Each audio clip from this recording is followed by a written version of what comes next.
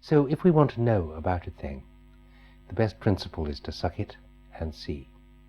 There is nothing as convincing as personal, direct experience. This is the way in which homeopathy has been founded, through empiricism, through the simple science of trying out a thing to see whether it works and how it works. And boy, does homeopathy work.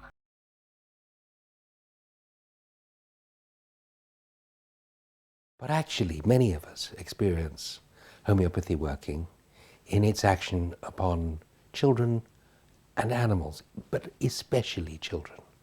And this is when homeopathy shows itself most clearly, most immediately, and dare I say it, miraculously. Children, because of their vitality, throw out acute diseases with extreme vigor. By throw out, I mean they produce very vigorous and clear symptoms. When a little child throws a fever, you know about it, and pretty soon that fever can run too high and convulsions can follow, and all the sorts of things that cause,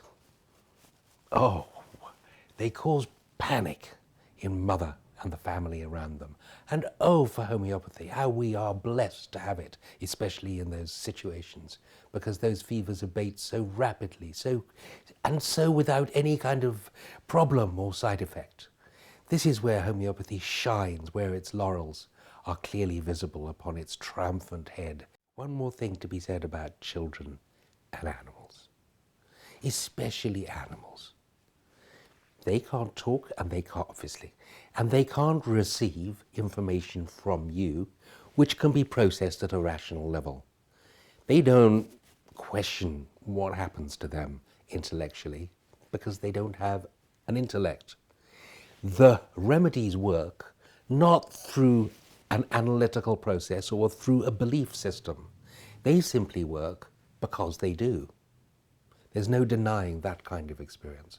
One of the things that we like to have up our sleeve is to know why a thing works. What is the pathway of action that relates this to that? We love to know this, and quite right that we should love to know this. In the case of the minimum dose in homeopathy and its action, we don't know the pathway. We say it works, observe, it works, but we cannot say what the mechanism is.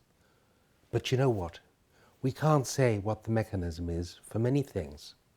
The example I like to give is the example of gravity. You know, nobody has a clue what the mechanism is. Nobody has an adequate explanation. The critics of homeopathy, the skeptics of homeopathy, focus their attention upon the dose, not upon the principle. And this is a very good thing, because the principle of homeopathy is indisputably accurate and effective, and we've been using it in vaccinations and inoculations since the day of Jenner.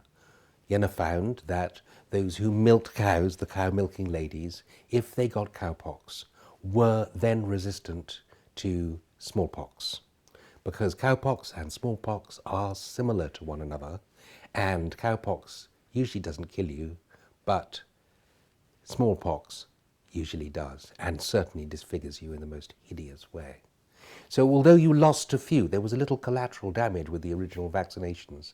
The outcome in general, for the population in general, was an amazing success, and that hideous disease, smallpox, was vanquished.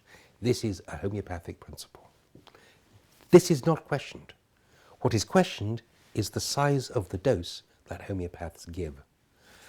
And what I would say to the skeptics is that they should try it out and see what happens. Not once, but again and again and again. Not one experiment, but many experiments. And the easiest way to carry out that experiment is just to give homeopathic remedies to those who need it, using the dilutions that homeopaths use, and watch. Just observe. And then change your mind about the nature of influence.